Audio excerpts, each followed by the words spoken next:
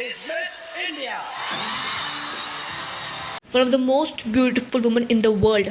She is the youngest Indian actress who won Padma Shri in 2009, as well as she is the youngest Indian actress who was been a part of Cannes Festival, and next year she was included in the jury also. In India, she was the most influential woman, and in 2007, she was the most strongest woman in India. Still, after her that era, right now, she is in her 50s. But still, लोग आज भी उनको उनकी acting skills के लिए praise करते हैं. She won the Best Actress Award from Tamil industry in this year's IFA Utsav for her movie PS2. 30 साल पहले एक वक्त था जहाँ पर she was talk of the town and she was in her golden era. But now after 30 years, जब वो अपने 50s में है, people are praising her for her acting skills, but except her daughter there is no one to support her. So that is the reason why I'm saying that she is facing the curse of becoming a perfect woman. So in today's video, we're going to talk about Aishwarya Rai's journey from being the superstar to this much vulnerable. अगर हम उनके childhood की बात करें, so she was born in Mangalore. She comes from an upper middle class family. अपनी schooling खत्म करने के बाद in 1994 she appeared in Miss India pageant and she was the second runner-up. Sushmita Sen won the pageant, but because of her confidence उन्होंने Miss World में participate किया उसी साल के अंदर and she won the Miss World 1994 title at the age of 21. After winning that she become the sensation. She was getting many projects from Bollywood and Hollywood. पर क्योंकि उन्हें बॉलीवुड में काम करना था, दैट्स वाई उन्होंने हॉलीवुड काफ़ी interesting projects को भी मना कर दिया and she debuted in Bollywood bye her movie फिर प्यार हो गया ना. उसके बाद काफ़ी हिट मूवीज़ दी लाइक जोधा अकबर, हम दिल दे चुके सनम, और प्यार हो गया ना, देवदास, धूम टू मैनी. उस वक्त के एरा में वो बॉलीवुड की एक सक्सेसफुल एक्ट्रेस मानी जाती थी. काफ़ी ज़्यादा लोग उनसे इन्फ्लुएंस थे और वो बहुत ज़्यादा फेमस थी बॉलीवुड के अंदर. उसी वक्त में ऐसे रूमर्स बाहर आए that Salman Khan and Aishwarya Rai are dating each other. उस टाइम पे सलमान बहुत ज़्यादा फेमस थे अपने टॉक्सिक बिहेवियर को लेकर, बहुत ज़्यादा अब्यूजिव थे टुवर्ड्स हिज गर्लफ्रेंड्स. ऐश्वर्या के साथ भी उनका वही सीन था, बहुत ज़्यादा अब्यूजिव थे और पॉसेसिव थे when it's come to Aishwarya. Even तो एक अवार्ड फंक्शन के अंदर ऐश्वर्या हमें रात के टाइम पे सनग्लासेस पहन के दिखी, तब ऑडियंस ने ये कंक्लूजन निकाला कि शायद सलमान ने उन्हें बहुत ज़्यादा मारा है. दैट्स वाई उनके आइज़ के अराउंड एक मार्क बन चुका था. उसी को छुपाने के लिए उसने सनग्लासेस पहने थे उस दिन. बट उन्होंने ये बात बताई कि she fail into her house, that's why उसको वो चोट लगी थी. ऐसे बहुत सारे इंसिडेंट हुए जहाँ पर सलमान खान ने ऐश्वर्या राय को उससे घर जाके भी बहुत ज़्यादा धमकी दी है और मारपीट करी थी. और सलमान ने अपने कुछ इंटरव्यूज़ में ये बात मानी भी है कि वो बहुत ज़्यादा फिजिकली अब्यूजिव थे. लेकिन हद तो तब हो गई जब चलते चलते मूवी की शूटिंग ऐश्वर्या कर रही थी, वहाँ पर सलमान खान ने ऑन सेट आकर बहुत ज़्यादा हंगामा करा, मारपीट करी, इवन दो ऐश्वर्या की गाड़ी को भी तोड़ना स्टार्ट कर दिया. इसी इंसिडेंट के बाद ऐश्वर्या के हाथ से वो मूवी चली गई और वो मूवी मिल गई रानी मुखर्जी को.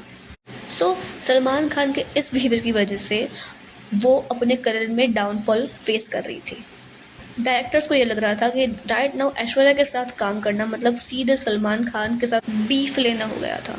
ऐश्वर्या के साथ उस टाइम पर कोई काम करना नहीं चाहता था, लेकिन क्योंकि वो बहुत ज़्यादा फेमस थी इसलिए उसको हॉलीवुड से बहुत ज़्यादा प्रोजेक्ट्स आ रहे थे.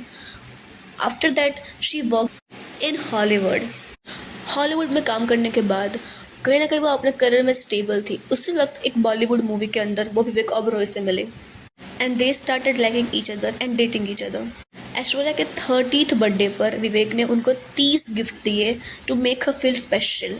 उस बात से सलमान खान बहुत ज़्यादा चिढ़ गए और उन्होंने विवेक को कॉल करके बहुत ज़्यादा गालियाँ और धमकियाँ दी. और विवेक ने नेक्स्ट डे इंटरव्यू में आकर इस पूरे इंसिडेंट की बात करी, जिससे अगेन ऐश्वर्या को उससे एक नेगेटिव पब्लिसिटी फेस करनी पड़ी. उस टाइम पर आकर ऐश्वर्या को एक ऐसे पार्टनर की ज़रूरत थी जिसके साथ वो हैप्पीली पूरी लाइफ टाइम खुश रह सके एंड उनके साथ वो पीस और रिस्पेक्ट उनको मिल पाए. उसी एरा में अभिषेक बच्चन अपने करियर में बहुत ज़्यादा डाउनफॉल महसूस कर रहे थे बिकॉज वो चाहे कितनी भी अच्छी मूवी दे दे, क्योंकि उनके फादर की परफॉर्मेंस से उन्हें हमेशा कंपेयर किया जाता था, वो इतना अच्छा बॉलीवुड में नहीं कर पा रहे थे. उस वक्त अभिषेक एंड ऐश्वर्या एक दूसरे से मिले और they fell in love and after that they got married to each other. इस बात पे बहुत सारे क्रिटिक्स ये बात बोलते हैं क्योंकि अभिषेक के बच्चन सरनेम की वजह से ऐश्वर्या ने उनसे शादी करी। शादी के बाद क्योंकि आप बहुत ज़्यादा बिजी हो जाते हैं अपने इन लॉज के साथ और अपनी फैमिली के साथ एडजस्ट करने में, ऐश्वर्या की मूवी धीरे धीरे कम होने लगी और शादी के 2 साल के बाद ही उन एक बेटी हुई आराध्या, उसकी भी उनको केयर करनी थी। दैट्स व्हाई उन्होंने मूवीज़ में काम करना और कम कर दिया, बट वो इंडिया को रिप्रेजेंट करती थी इंटरनेशनली। अगर हम ऐश्वर्या के इन लॉज की बात करें तो हम सभी लोग जानते हैं कि जया बच्चन कितनी ज़्यादा रूड एंड एरोगेंट है। कभी कभार उनका गुस्सा मीडिया के सामने में निकल जाता है, तो जस्ट इमेजिन घर में उनके क्या सिचुएशंस होते होंगे। इवन दो जया बच्चन और श्वेता नंदा के कॉन्सिक्वेंसेस नहीं है अच्छे ऐश्वर्या के साथ, ये बात तो बहुत बार पता चली जाती है उनके इंटरव्यूज़ के द्वारा।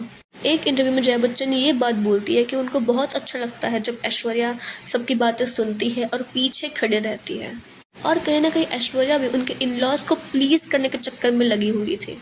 और ऐसे ही एक परफेक्ट वाइफ, एक परफेक्ट डॉटर इन लॉ बनने के चक्कर में उन्होंने अपना चार्म खो दिया। एक वक्त पर वो एक सेंसेशन थी, बट राइट नाउ लोग उनको बहुत ज़्यादा क्रिटिसाइज करते थे उनके फैशन को लेकर, उनके पोस्ट प्रेगनेंसी वेट गेन को लेकर, ETC। इवन दो अब पिछले कुछ टाइम के अंदर ऐसे क्लिप्स में देखने को मिल रहे हैं जहाँ पे अभिषेक बच्चन कहीं ना कहीं ऐश्वर्या की फेम से जलते हुए दिखाई दे रहे थे। यानी कि पेपराजीज उनसे ऐश्वर्या की सोलो पिक्चर लेने को बोलते थे, वो उस बात से चिढ़ जाते थे और हाँ उनकी ले लो ऐसे बोल के निकल जाते थे।